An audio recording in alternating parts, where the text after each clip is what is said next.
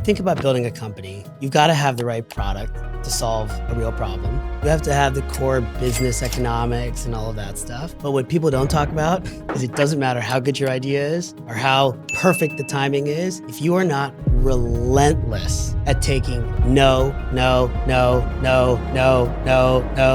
over and over again and still being willing to come to the plate, it doesn't matter. Ankur Jain is an entrepreneur and the founder and CEO of BILT Rewards, a company that allows people to get credit card points for paying rent. He went from growing up in an immigrant household to achieving Forbes Billionaire status in 2024 at the age of 34 years old. People think being an entrepreneur means starting a company. It doesn't. Being an entrepreneur means solving a problem. And because entrepreneurs generally don't have access to resources, it just requires you to get really creative. And so if I was to summarize, you have relentlessness. Second, probably equally or second most important thing is how. Hi, it's Erica Kohlberg, and before we dive into today's podcast episode, I have an exciting announcement that can help you save an extra $1,000 without having to penny pinch or change your lifestyle. On Monday, I'm running my free 5-day savings challenge, where you'll discover simple and creative ways that you can save extra money every month. And whatever you want to do with that extra money is up to you. I'll just show you how to save it. The challenge is totally free to join. All you need to do is go to erica.com/go. Erica is with a K, and you can secure your spot. By the way, these strategies that you're going to discover can help you easily save money, whether you're a budgeting novice or a finance expert. And they're going to get better and better throughout the week. But I have to tell you, I'm so excited about this and don't want you to miss out. In November of last year, we ran a savings challenge and had over 200,000 people sign up. And on average, people saved $1,005 that month through what they learned in the challenge. That means our challengers collectively saved over $200 million. So trust me when I say you don't want to miss out on this one. And the deadline to sign up to be part of this free challenge is Sunday, 11:59 p.m. Eastern Time. So make sure you secure your spot and get free access today. Again, that's erica.com/go, ERIKA.com/go. See you inside. I'm Erica Kohlberg, and you're listening to the Erica Taught Me podcast. I think you're the first person I've talked to where I can honestly say you've built a $1.5 billion company in under a year. What is the most important trait that you have that led you to do that? Being annoyingly relentless. The irony is, like, when you think about building a company, you've got to have the right product to solve a real problem, obviously. You have to have the core business economics and all of that stuff. But what people don't talk about is it doesn't matter how good your idea is or how perfect the timing is. If you are not relentless at taking no over and over again and still being willing to come to the plate, it doesn't matter. That is the single most important trait that I have found in building any company, because for whatever reason, the world likes to reject change. There is just such an inherent resistance to anything different. And so you have to literally will your idea into existence. It's exhausting, but also fulfilling. What was the biggest barrier you had to overcome? The one that gave you the most resistance? Literally I was up at midnight last night because our big launch of ours from this morning, at midnight, people got cold feet at our partners and wanted to cancel the whole launch. 6 months of working on this. And there's just such a fear of taking risk or change. Every day, honestly, you're battling with just 100 no's. And the key has been, like, with a singular focus. When we started, BILT went from 0 to $1.5 billion in less than a year from launch. But it took us 4 years to just get enough people to say yes to make it work. We thought, simple idea, right? God, if you could just pay your rent and be able to one day buy a home because you paid your rent, like, that should be the most non-controversial thing out there, right? You pay your rent, you get something back, you save it up, and you put it towards a home. I thought that I was having the first 6 months, the hardest time in the world, pitching this to real estate owners who kept telling me what a dumb idea it was and no. And finally, when I thought I had it good, you know who called me and said it's not allowed? My lawyer. Goes 6 months later, goes, oh, by the way, we're not actually sure that the regulations allow you to use points towards a down payment. I go, sorry, what? First of all, you didn't think to tell me this 6 months ago. And now you're telling me that you're not sure if the regulations allow me to use points towards a down payment. What are you talking about? And like, it's those moments. It doesn't matter how good the idea is. Doesn't matter what business you're going after. We sat there and said, we have two choices. We can stop. We can pivot, right? I guess that's probably call that one choice, stop or pivot. Or we can decide to go relentlessly fight the fight and change the regulations. And like, if you really believe in it, that's the only way forward. And so we did. And we spent 18 months going down to Washington, D.C., meeting with every agency, every regulator. We had 3 White House cabinet members at one point helping us get through this. And we did it. And like, we got the regulations approved to be able to use points to help you buy a home. But that was just like one of 1,000 of those battles. How do you decide though if enough resistance means you need to pivot the idea versus you need to still keep bulldozing through? Like, I'm sure you've had those moments. I think the answer is you do both, right? And so, if you take a step back, I think one of the mistakes that schools teach and like business leaders and all these like inspirational kind of like people talk about is they always talk about setting goals. And I'm sure you've heard this 100 times. The problem with setting goals is you're setting yourself up for failure because nothing ever goes as planned. And you set a goal, a pivot is failure, right? If you set the purpose, right? What is the problem you're trying to solve? There are 100 different ways of getting to the same end goal. And so that's been the key. For us, the North Star has been really simple, which is our generation is spending more money on cost of living than any prior one. How do you take your biggest expense and help people get ahead? And like, there's 100 different ways to accomplish that. But as long as we kept that purpose at the core, we knew that we would figure it out, right? Mm-hmm. And the business has pivoted and evolved in 100 different iterations of small things, but the essence has stayed the same. Why did you care so much about that as your North Star? I mean, before BILT, you were at Tinder, right? So I ended up, so life is a funny way of, of working, right? Like I started off like, I'm a good nerdy Indian boy. Like I learned programming like good when I was 10, 11 years old and started my first company, building stuff. Like that's the stuff I love, building stuff, right? But I'll tell you, like what really inspired this work comes down to just my growing up. I mean, I grew up with immigrant parents. So my parents moved to the US when they were in their 20s, right? My mom moved here for college. Indian family, grew up in Israel, traveling around for like her father was in the peacekeeping force. So she was always moving. My dad grew up in a poor village in India. And like, I can't even imagine what it's like to grow up where you're studying on a dirt floor, thinking that one day you can come to this country, the United States, where there's a land of opportunity. And it's incredible. Like I watched growing up where they were still figuring out their career. They still didn't have much, and watching them go from nothing to just relentlessly working hard to build something for us as a family.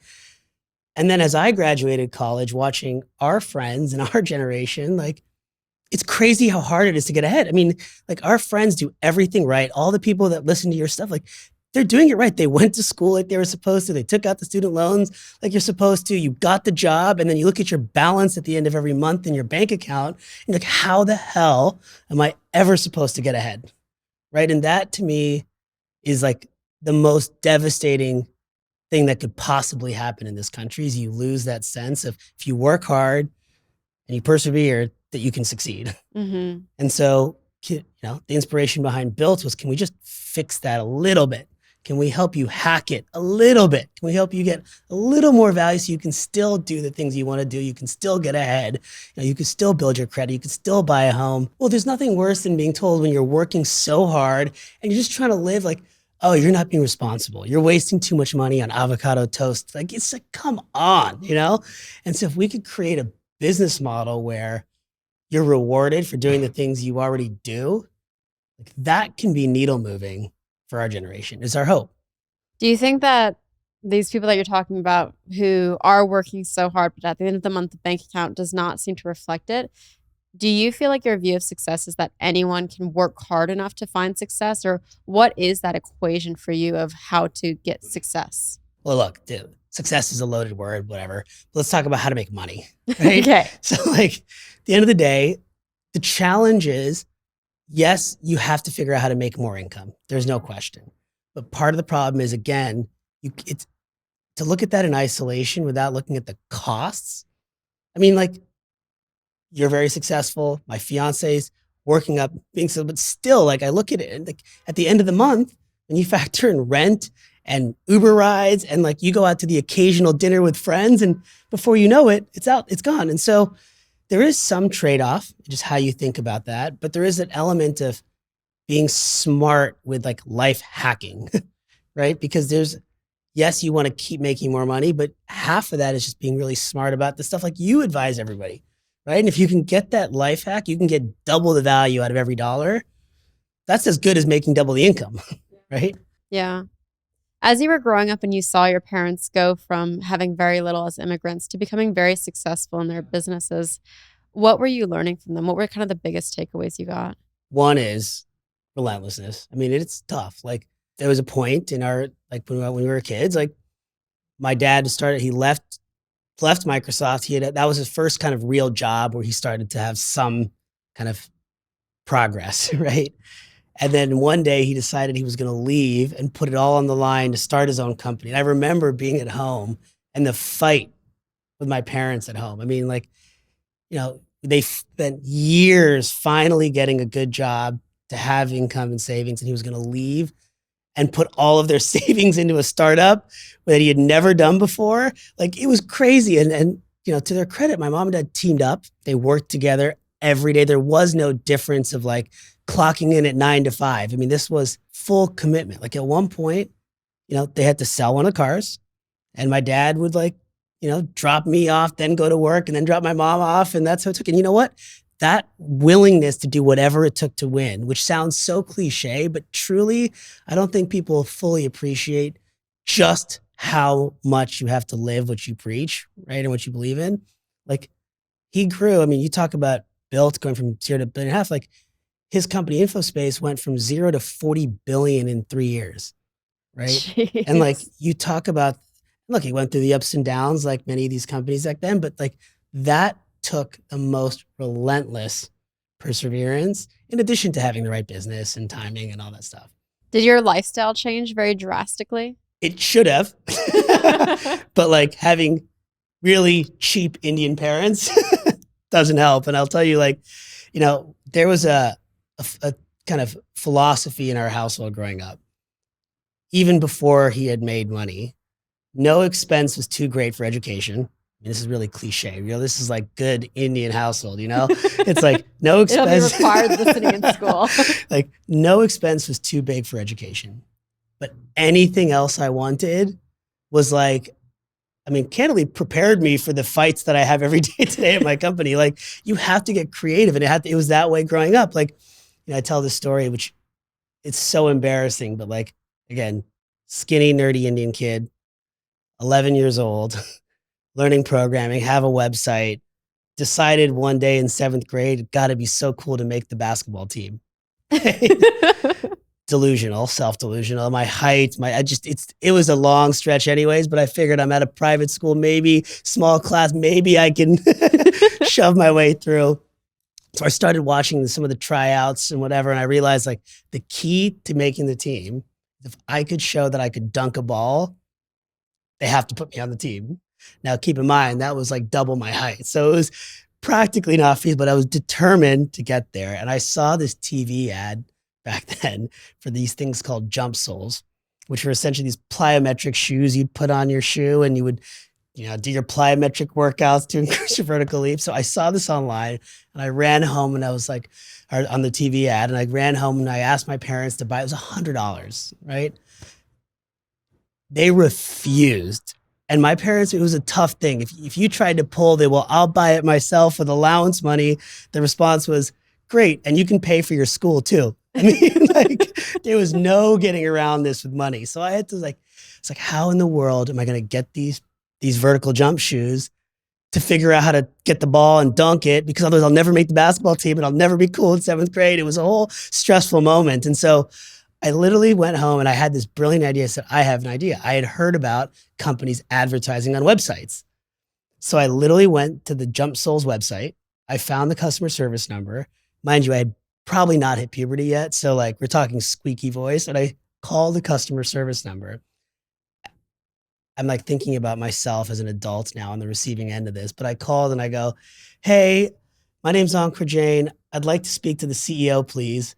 And I just like, and like first time they hung up on me, and I called right back and like said, I'm the CEO of this website and I'd like to talk to your CEO. And like eventually somehow I got put on the phone. This guy who runs, I don't even know what it was, some fitness company that makes these like plyometric shoes. And I still to this day don't know if it was out of pity or if he actually thought my business pitch was a good idea, but I offered him 3 months of free advertising on my website if he would send me a pair of shoes. And so next week I had a box come to the house and I proudly took it to my parents and tried it on. Moral of the story is you can solve any problem with creativity and enough persistence. Also, if you're 5'4", you're not making the basketball team. So you didn't make it? I didn't make the varsity basketball team. But okay. But I did get my website, my first advertiser. My mom wouldn't let me join cheerleading. Cheerleading was like the way I thought I was going to be very cool too. And she was like, no, cheerleaders don't study hard. You have to study. There you go. Meanwhile, like my fiance, Erica, the other Erica, was like Miss Texas, Teen Texas cheerleader. She was like the cool kid. So now I'm just like keeping up every day, you know? That's so funny. So even when you were 11, 10 years old, you were already thinking very entrepreneurially and in a clever but you know way. what it was? It wasn't even like, and this is where I think people think being an entrepreneur means starting a company. It doesn't. Being an entrepreneur means solving a problem. And because entrepreneurs generally don't have access to resources, it just requires you to get really creative. And so if I was to summarize, you have relentlessness, but the second, probably equally or second most important thing is how quickly can you identify the win-wins, right? Can you figure out a way to create a true win-win? Everyone is so focused in deal making on what do I get and how do I like negotiate?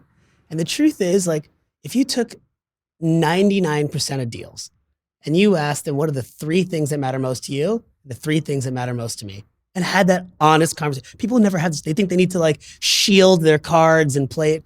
The reality is, if you just ask, what are the 3 things that are most important to you? And I lay out the things that are most important to you. Realistically, there's usually 2 of the 3 are non-controversial and 1 of them is where you're at odds. And the rest is almost like irrelevant. And if you can just focus on that one thing and figure out how to make that work, the rest is a win-win, right? They're getting all the things they want. You're getting all the things you want. And people forget that and they play it so coy. But look, even in the most simple level, this company probably just wanted to sell more fitness equipment. And if they got free advertising for the cost of nothing, who cared? It was the cheapest cost of advertising they probably had. For me, it was life-changing, right? It was a win-win. And so I think that same premise extrapolated out. I mean, like BILT has been the most complex version of that chessboard where you have to get win, win, win, win, win, because there's real estate owners and airlines and banks and like it's a lot of stakeholders. But at the end of the day, it's the same essence, right? Is can you find a way to make something genuinely a win-win for what you want and what they want, right? And then can you be relentless enough to convince them that it actually is worth doing what's good for them? If someone comes to you with 10 different ideas for their startup and says, what do you think is going to be most successful? How are you analyzing those 10 ideas? Number 1 is the idea doesn't really matter if the person's the right person. That's number 1. What if they're the wrong person? Are you going to tell them all 10 ideas are bad? Honestly, then not everyone should be an entrepreneur. That's the truth. I shouldn't be a dancer. I'm not good at it. Some people shouldn't be an entrepreneur. Like there's just that is the reality. Yeah. Right. I think for those who are willing and ready to really be entrepreneurs, the question is, it's actually not that hard. The best ideas are the most obvious ideas. The best ideas are the simplest ideas. And the best ideas are ones that people actually need.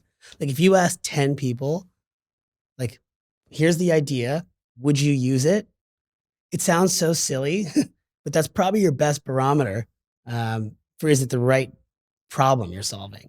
And I think one of the challenges as a founder is everybody wants to just say, "Oh yeah, that sounds good." Like, love your idea. Everyone loves to be supportive. Then you ask them to take their wallet out. Bingo.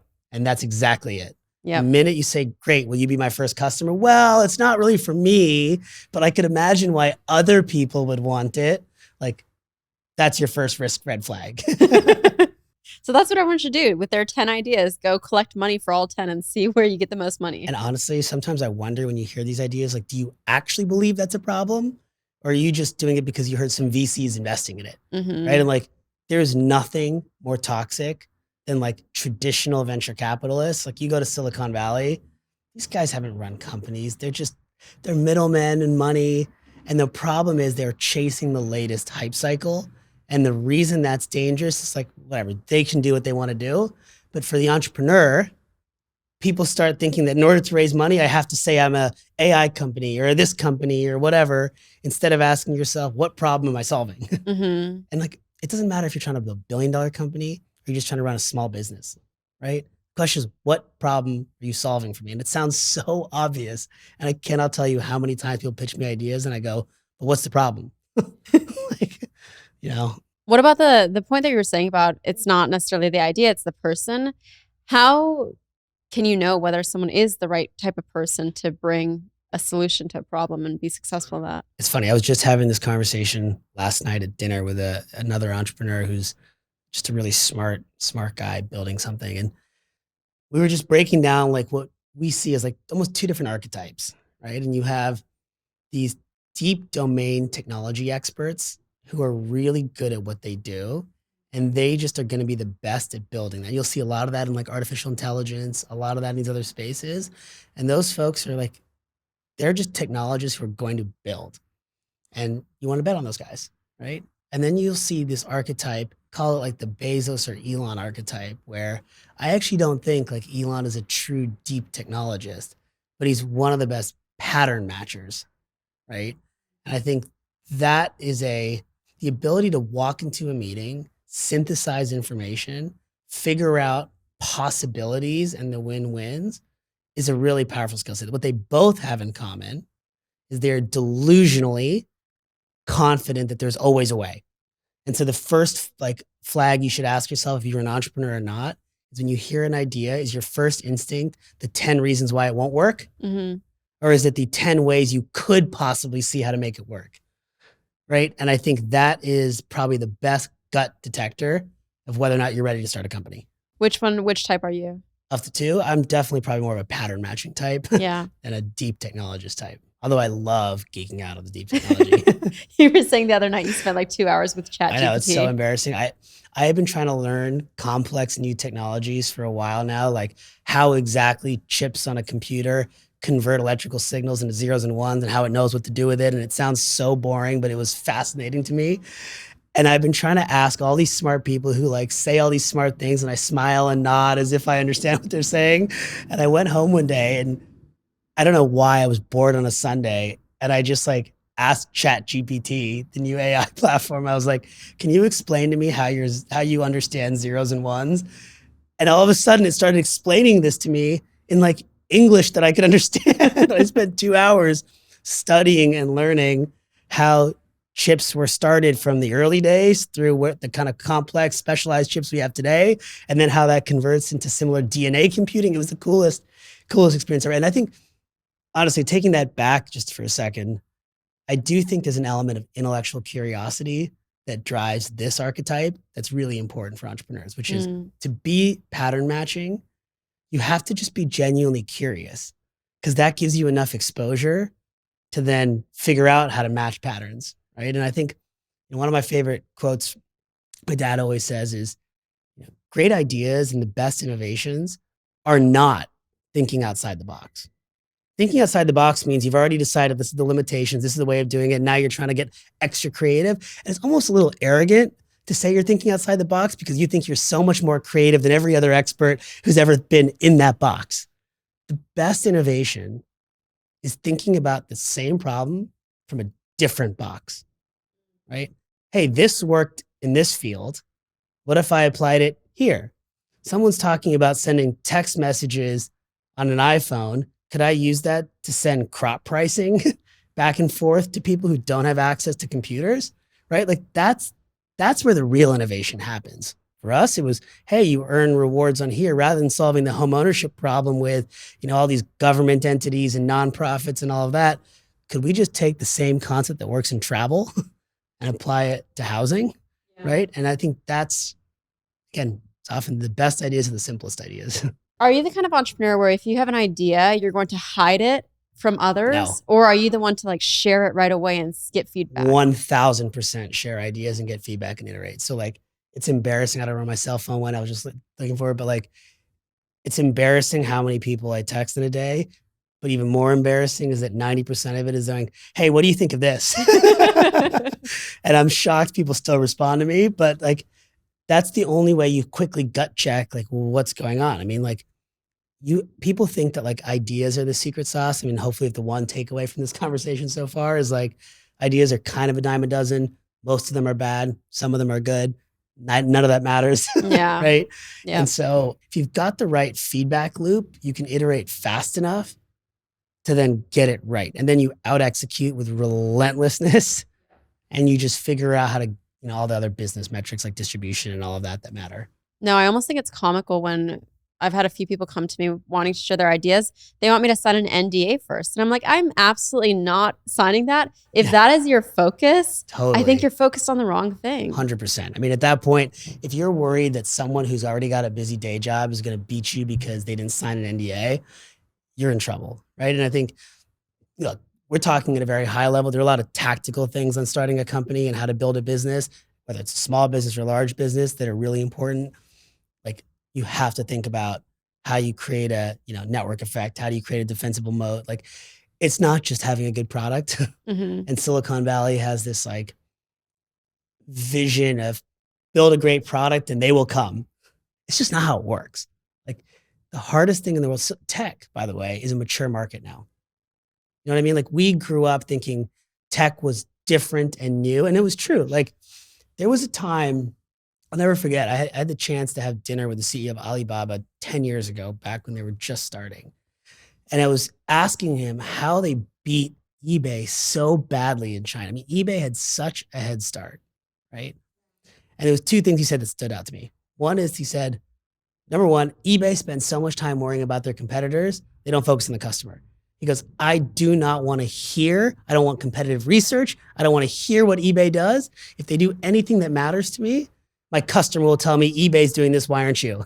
And that stuck with me. Like, I do not want my team at BILT sending me a bunch of comp reports to other products because it's just a bunch of noise.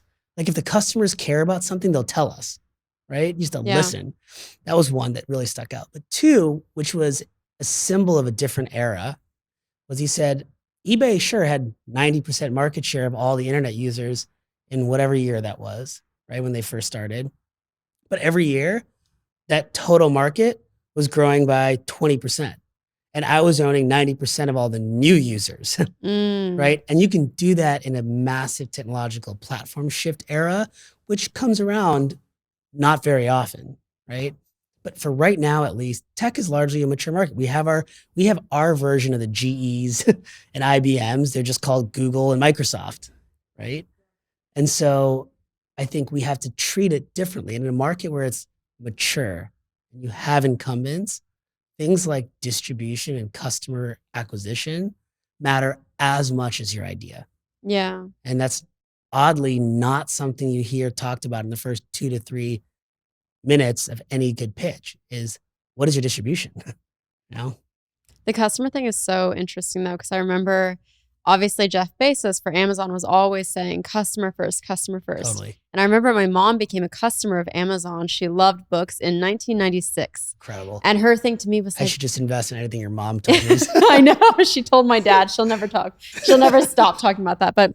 And she was saying, this Amazon, they're amazing because if a book comes and I don't like it, I can return it, no problem. Right. That stuck with me. It's like huge. That was his one thing that he was going for to make right. the customer happy, and look at where they are now. 100% right. And look, there's obviously, as you and I both know, like there's 100 other things that play into it. But if you don't have that, none of the other stuff matters, right? And I think that customer obsession is something people talk about. And I get it's really easy to let that go because you justify these short-term changes. You go, well, let's just do this because it'll drive the monthly or quarterly results to show to our investors, and then we'll go back to that. Like, or hey, like it'll just get us a good press hit if we just do this, and then we'll go back to it.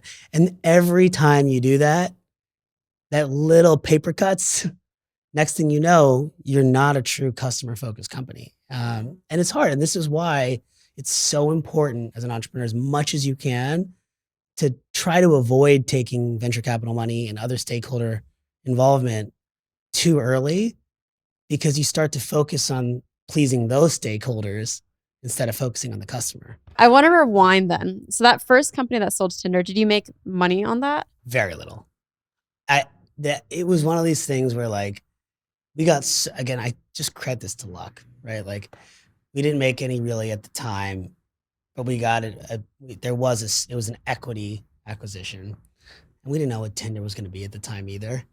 But you know what? Like life has a funny way of working itself out. And not only did I get an incredible experience, but you know, we grew Tinder into the time when I left. We sold it for $3 billion, and so that ended up becoming an exciting opportunity. But it wasn't a given. Oh, so that was how you made your quote unquote first million, was from the sale, not of your company, but once Tinder. Well, it was in equity version, but it wasn't cash. Yeah. Yeah. That's interesting. Yeah. And so then you left right away, and that's when you started BILT? So no, at that point we said, okay, this time around, I really want to know what is the problem I'm solving. Let's be a little bit more thoughtful about this. And so this problem was so close to home. I mean, so many of my friends we were 27, 28.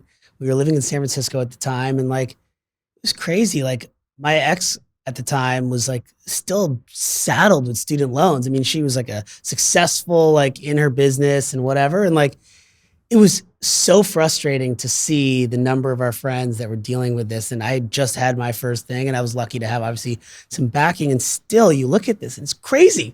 Like, it's no wonder everyone is like trying so hard to find any way, any inch you can get to get ahead, because you're getting squeezed everywhere. Like your rent, your Uber, there's a new fee on my like ride sharing app every day. Right. And so finding a way, the thesis was, all this other fluff in Silicon Valley, the like whatever buzzword at the time, right? At the end of the day, people still spend their money on housing, healthcare, transportation, groceries, right? Like, and that was Bezos' whole insight back in these. Like, people are going to read books. They read it 1,000 years ago. People will read books 1,000 years from now. It may be digital. It may be implanted in your brain. Who knows? But the same behaviors exist. And so we said the next big thing we want to solve is taking these markets where people spend most of their money that are clearly broken and just fixing it to work in the interest of the consumer, right? There's no other consumer product space. Like if you're building a consumer product, where else do you charge more every year, but your product gets worse the more you charge? Like that's crazy. People would revolt. But yet when it comes to these costs of living, you just like people assume they have no choice. You pay more in rent and you get less. You pay more for groceries, you get less. You pay more for healthcare, you get less. Like it's crazy. I cannot believe transportation like, right now. It's insane. And I honestly don't even know who is the people affording this anymore, because it's gotten so crazy. And like, thank God for the points and miles world. Like, but it is it's amazing to me how much these industries sit there. And even when people try to fix it, they focus on optimizing it for the industry incumbents, not the consumer. How do you think about risk? Obviously, when you started this BILT, you had enough of a financial cushion from your previous successes that you were okay taking the risk and maybe not making a lot of money for a long time. How should others be thinking about risk? If they have an idea that they love, but they are still working a 9 to 5, making minimum wage. First question, how much do you believe in yourself? Number one. Because then you ask yourself, what's riskier? Putting your life, your income, your significant other's income, your kids, your family in the hands of some guy you barely know who's your boss, or yourself, right?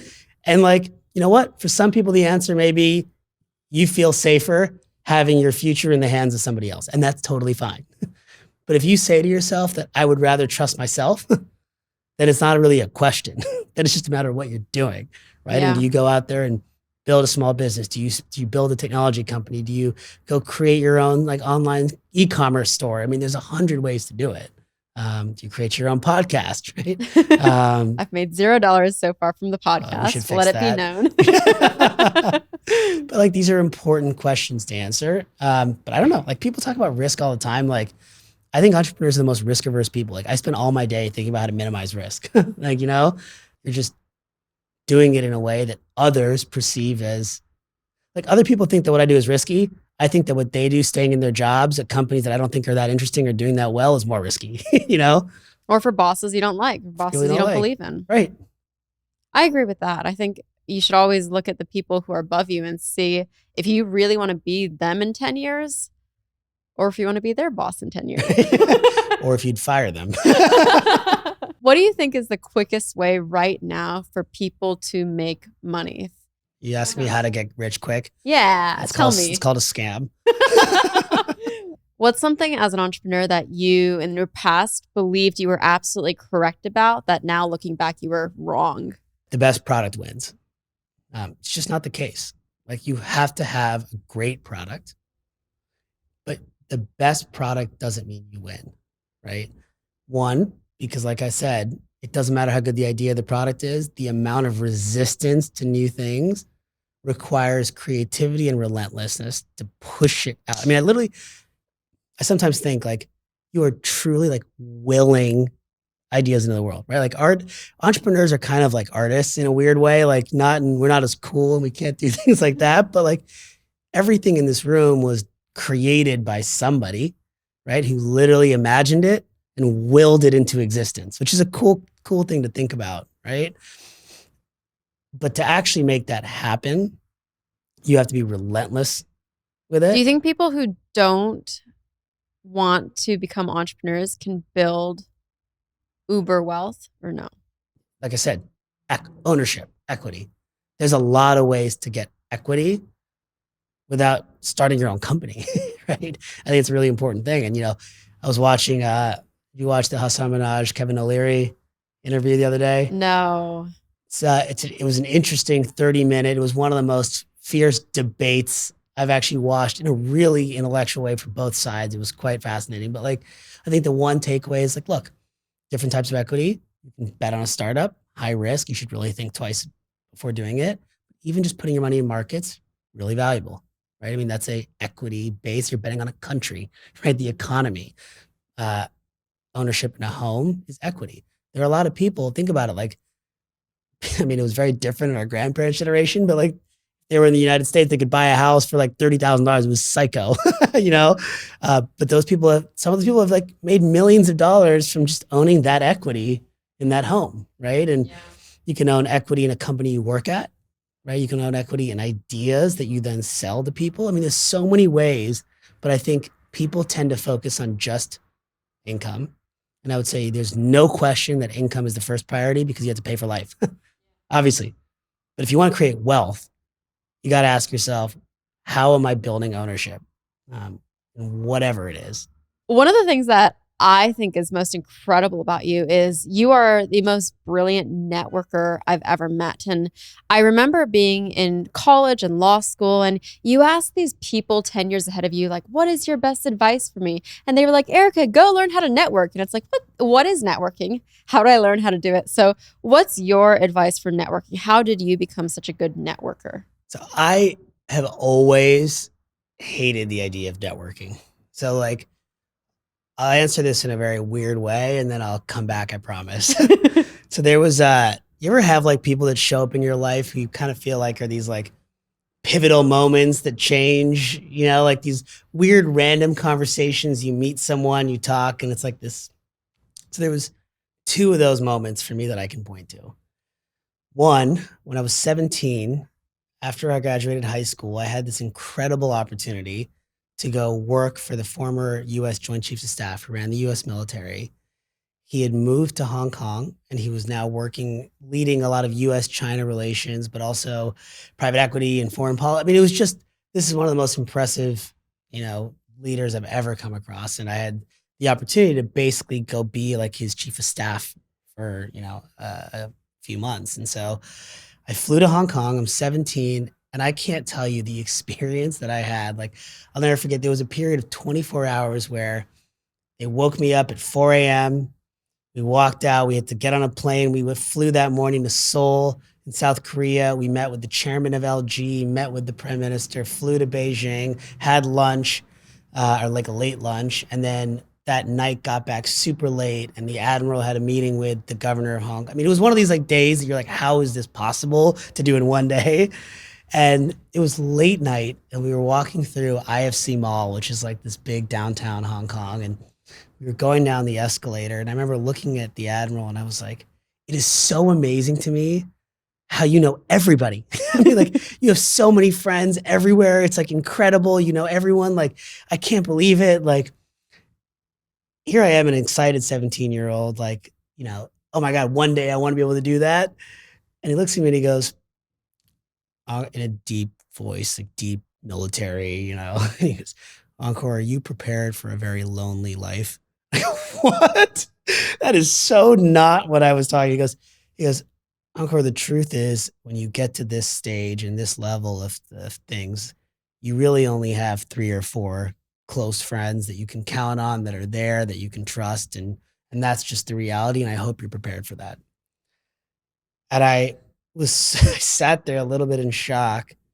And I remember saying, probably naively, but I said, well, you know what, Admiral, like, you may be right, but I think I'd rather get here with my friends than here all by myself. And from that moment on, like, everything that I tried to do and build, like, you spend every waking minute as an entrepreneur working on the thing you care about. And yet people pick people to work with based on their resume, not who they want to be their lifelong friends, which is the weirdest thing. This is people, you spend more time with people you're building something with than your significant other. And so since then, everything I've done, from like the first thing I started in college through to the first company after college, through to my time at Tinder, and still to this day at BILT, like, the first question I ask when I meet people is like, are you the kind of person that, like, I want to be friends with, that I can spend time with, that is intellectually curious the same way I am, that wants to share experiences the same way I do? Because, like, that's what life's about, right? Yeah. Everything's about, you have a bunch of memories and experiences, and then you die. Right? So, like, can you share those with people you enjoy? And honestly, like, that has been my approach. There are lots of incredible people that are very successful that, like, probably aren't people that I'd care to meet, right? But there does tend to, I think this was kind of the inadvertent thing. I found that there was a lot of just smart people who tend to hustle and achieve are also the kind of people I enjoy spending time with. And so I think a lot of the network I built was a little accidental in just finding people that I wanted to be surrounded by, to do cool things with and build great things with. And I've been lucky that throughout that journey, sometimes I've been able to help bring them along. And times when I was struggling, they helped bring me along. And, like, we're still young. I'm just turned 33. Like, I'm still nowhere close to the Admiral and where he was. And we'll see if I can keep making it there with everybody. But I think that is been a core principle in how I ended up inadvertently building a lot of these relationships. Let's get even more granular, though. There's a 20-year-old out there listening, about to graduate from college, and they're told, go network, go network. Like, how practically do you do it? I get that we have to surround ourselves with people. I mean, you don't. I'm telling you, like, you network by finding people with shared passion and shared interest, truly. Now, if you care, there's obviously value in the relationship. The question is how you do it and what the types of people you're being surrounded by. So number 1 is, like, how do you meet someone? And 2 is, how do you have a relationship? I guess I started backwards, which is, it doesn't matter who you meet. If you can't see them as someone that you would be friends with, it's not even worth trying to network with them, because you'll never build an authentic relationship. It just doesn't work, right? And people see through it, and they don't care, and you don't care. And you might have their phone book, but you can get anyone's email today. You can email anybody. That's not the hard part, right? Yeah. So the question is, that's the relationship question. Getting in a room with someone, that is a tactical skill set, right? And I think that's probably where you're going with this. Yes. Which is, how do you get them? And I think one of the most undervalued, especially when you're young, we were talking about it at dinner the other night. First of all, when you're a student, That is your best platform. To this day, one of the biggest legs up I had is I started meeting amazing, inspirational people as a student, because just things I was interested in, I would just email them to get together and learn. And like, it's amazing. And so one thing that you say is, when you're a student, you have a platform. If you're really savvy about it as a student, you should create a platform within that, right? You created this really clever idea of an award that you gave on behalf of the students. Who doesn't want an award on behalf of students, right? It's an amazing way to meet people. For me, we created the first incubator at universities and said, we have the smartest young people help us build these companies. And we found people who cared about entrepreneurs, but we're able to meet some of these incredible leaders. And like, that was one of the best platforms I ever had, right? And people underestimate the value of a platform and the value of being a student. And so by the time you graduate, you're just another person looking for a job, right? So number one is, let's say before you even graduate, leverage that. If you've already graduated, it's not a lost cause, think about, again, what is the platform you have? And if you can find a platform and create an experience for people, like that is the one thing we all crave. Again, we are living for experiences, right? That is what we do.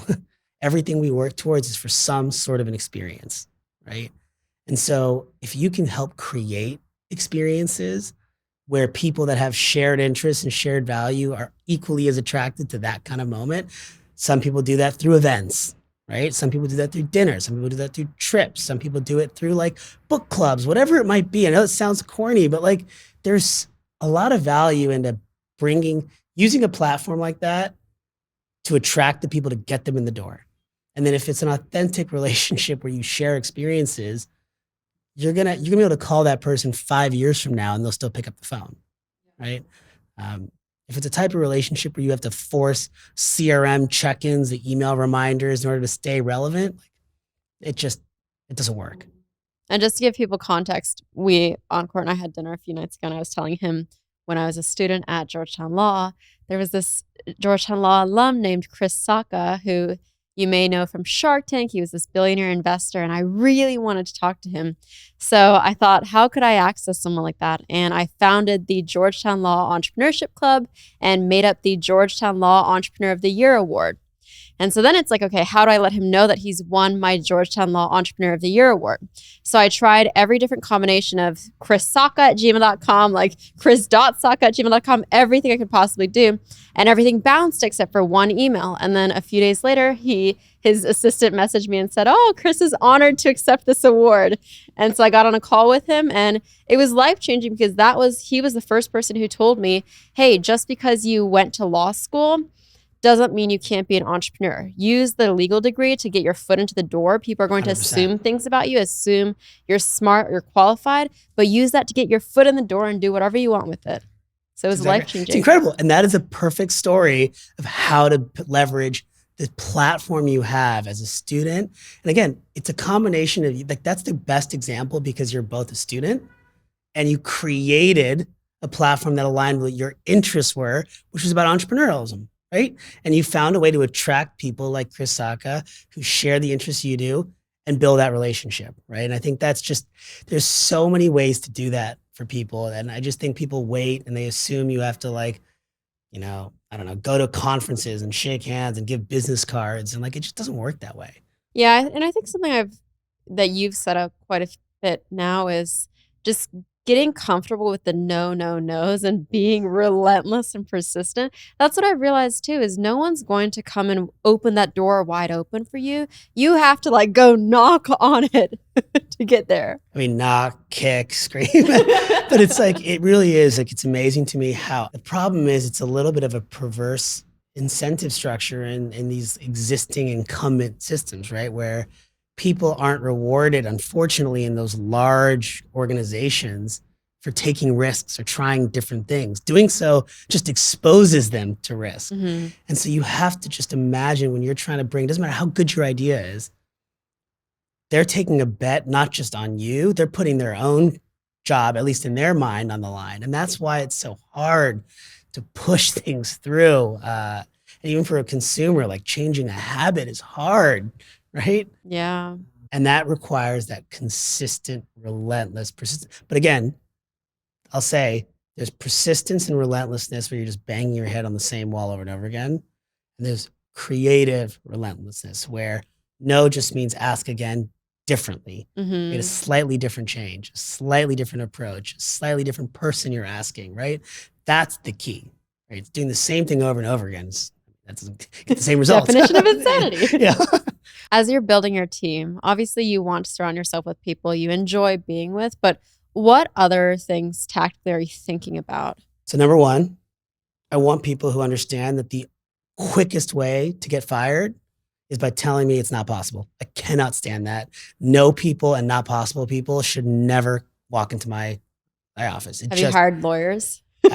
So I'll tell you, when I hear lawyer, I cringe generally because again, wrong incentives, right? And I think the best lawyers, like what you do today with your content, is tell me how to do what I need to do. Don't tell me why I can't do it, right? And like that is the most invaluable resource you can have, right? And you want a team who's there to tell you, here's how you can achieve it. And by the way, it may not always be the right decision and it may not be worth it. And so I always say, like, if we want to go to Mars, tell me how we could do it, what it's going to take, how much it's going to cost, and what the risks are and trade-offs are, so we can decide. Maybe it's worth it, maybe it's not. Probably not worth it right now, you know? But like that type of framework and discussion is how you create a growth culture. It is scary to me. One of the things that petrifies me is seeing how many companies that I thought were innovative, that I looked up to, that I now get to work with, have become this no culture. And it's like they got to where they are by saying, let's go innovate and push the boundaries and say yes. And I don't have an answer yet for why that changed. But my hope is that if you can keep relentlessly instilling the culture with the same focus that we relentlessly push the external things like sales and acquisition, like you have to be that relentless internally too. If you get a no at a customer, you're going to hit them 10 times more on the outside, right? Yeah. Internally, if someone says no, you got to squash that right away. And I think people, my best guess is companies as they grow, they're so wrapped up in all the growth and the external stuff, they forget to have that same ruthlessness internally. Something I admire again about Elon, like he just, for better or for worse, people love him or hate him, but like I admire that he cares so much about the internal culture. Is we can figure it out. We need to, literally, if we need to get to Mars, we'll get to Mars. What are you trying to do to protect that culture as you're growing? Because obviously with a 10-person team, it is easier to get everyone on board for that same culture and those ethos than with a 1,000-person team. I'm figuring it out is the short answer, right? And like the best I can do today that I've been trying and seems to be working so far, but we'll see, is like all of your leadership team has to truly believe that culture as deeply as you do, to the point where it angers them to hear not possible as much as it does you, right? And then anytime you see even the slightest example internally at the company, you need to call it out and fix it right away. Because it's like a virus to spread. It is so much easier to say no than it is to try. Yeah. And you just can't allow that to spread. Are you afraid of competitors? You're not. No, I think it's great. I think competition is great. It pushes you. Like I said, like at the end of the day, my answer is simple. Like, are we solving the problem for the customer? Are we being smart about how we solve for the customer? Are we building defensive moats, right? Like that is important. Like I'm not worried about competitors coming after me because I'll outwork them every day and night, right? The question is, did we build our business in a way that is protectable because it is defensible, right? Like, do we build something unique? Are we creating network effects? Like, I hate using buzzwords, but there's some truth to every cliche, right? Yeah. And in a business, you'd ask yourself, okay, you got in the door. Why does it now make it harder for the next person to come in the door, right? And I think, anyways, short answer is like right now, we're just, sounds cliche, but if you're ruthlessly focused on solving the problem for your customer and listening, right? Because the problems change. Once you solve that problem, it's no longer a problem by definition, right? So now they have a new problem. Are you expanding into their new problem? Right. And I think that's someone said to me once, and I loved this quote. They said, companies often spend so much time worrying if they're staying true to their mission, they forget to ask if their mission is still relevant to the customer.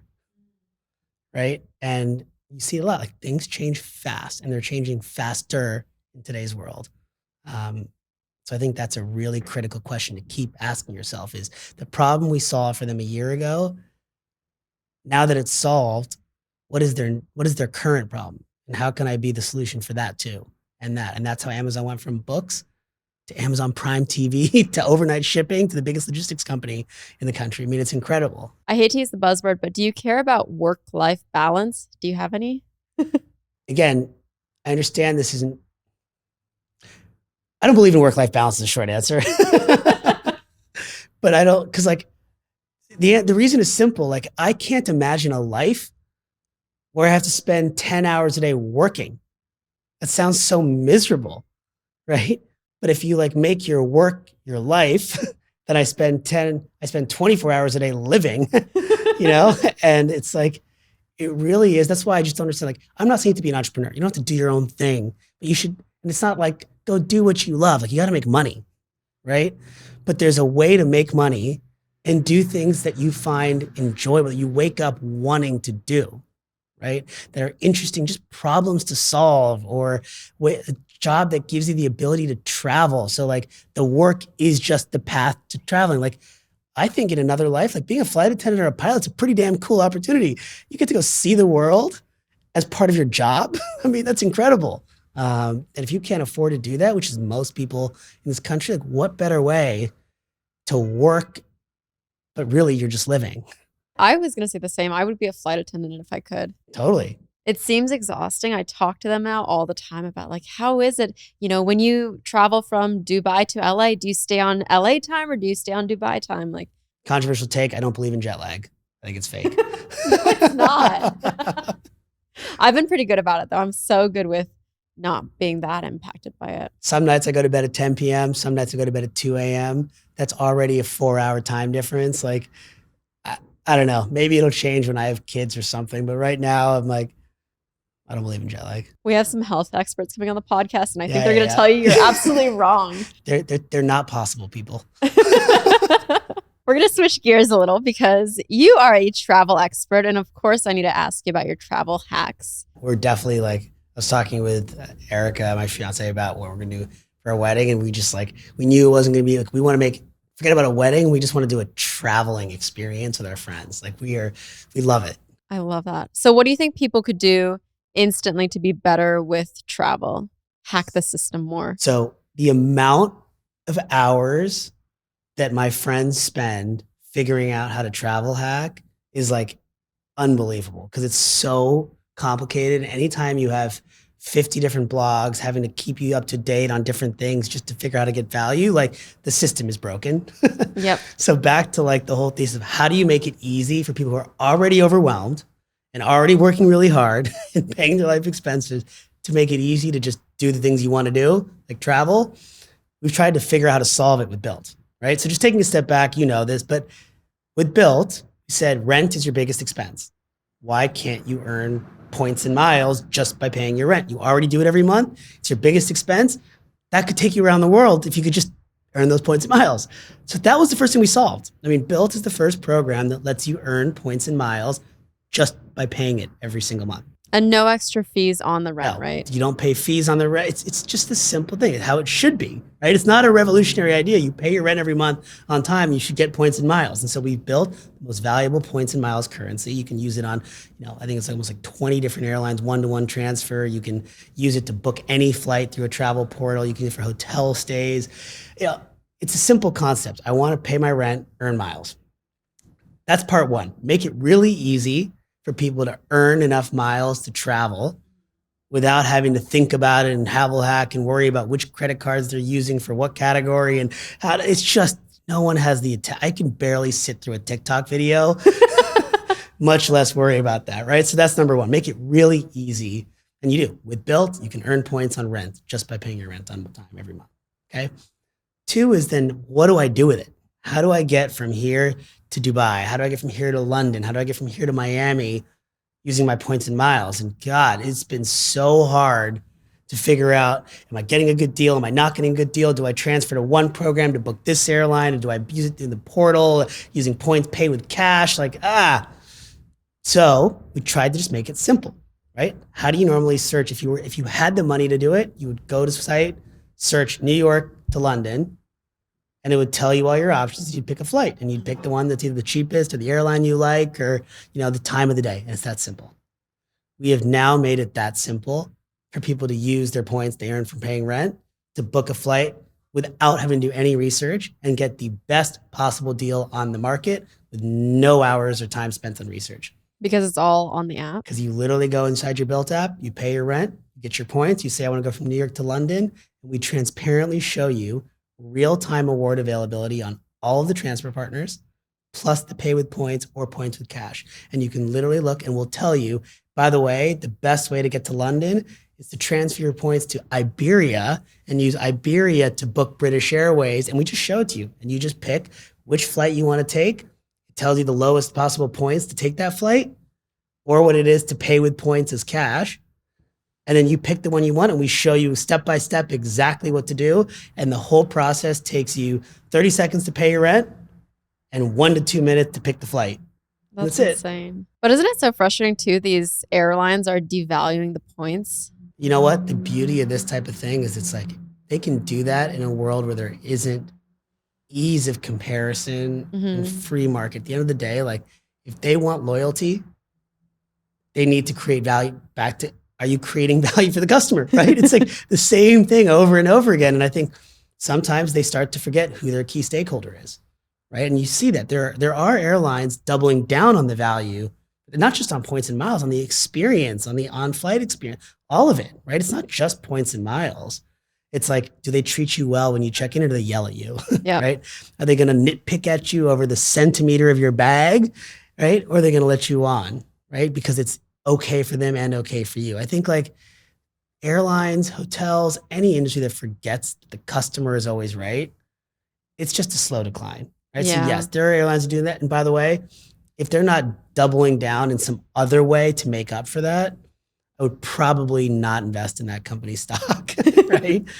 But like the beauty is with something like BILT now, you as the consumer are empowered. You paid your rent, earn points and miles. It's a flexible currency that can transfer around where you need it, and will make it easy for you to know the best way to get the best value for yourself. That's it. Because I want everyone to have the same experiences that I want to have too. Yeah. And they get to have that option just by paying your rent. That's nice. Because I remember when I first got into travel hacking, you can just spend hours learning on subreddit travel hacking about how to do it. And they're really, and you have to stay up to date too, because things change. Like sometimes it's better to transfer to Air Canada to buy this Emirates flight or whatever it is. There's a lot of like roundabout ways to go about it. And if you don't have hours in the day to spend as your hobby to do it, then it's hard for you. And it's totally unfair, because the people who are working hard and trying to, like, they don't have, most people don't have the time to do that, because you're trying to get your job to make the money to travel in the first place, right? It's like this crazy spiral. And so, yeah, just making it simple, solving that this has been a passion of mine. I believe we have helped solve it. I think everyone should try it and give me the feedback if they don't think so, so we can fix it even more. But I think that should address and make travel hacking, for the 80-90% of the things you want to do, much easier. Now, if you're trying to figure out the like specific lie flat seat that has this thing and that's a different level that I haven't solved yet. But at least I can help you earn points and miles quickly and help you get the most value out of them for experiences like travel. Where do you see yourself and the company in 5 to 10 years? I mean, God, if I told you, every 6 months, I think I was such an idiot 6 months ago, and that there's so much bigger opportunity here. Like at the end of the day, when I think about BILT, I think about the company as something that says, like, if American Express was this company that was like, look, you're rich and you've made it, and I'm going to give you the Trump era gold card to tell everybody that you've made it. Like, I think our generation's a little different. I think we want to do all those aspirational things, but we need a little bit we want help getting there. I want to like life hack a little bit. And so BILT's whole thing is do the things you're doing, and we're going to make it rewarding to do the things you want to do.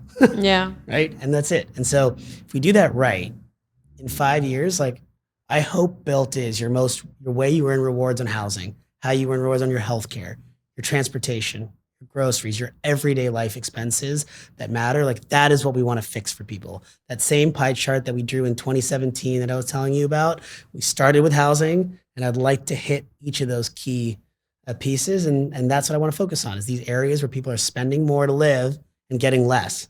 And can we help you get a little bit more so you can do a little bit more of the things you want to do? So our closing tradition, the podcast is called Ankur Taught Me, but really today is all about Ankur Taught Me. So what do you want people to walk away from this being able to say, Ankur taught me this? Look, I think the one takeaway is life is expensive and it's hard, and there's no life quick, easy hack, but there are ways to create a lot of wealth if you just take some basic steps around things like relentlessness, pursuing things to drive ownership and equity. And I think it's such a just not talked about. People always want the quick dollar, the quick flip, the quick hustle, and it's just, it doesn't work.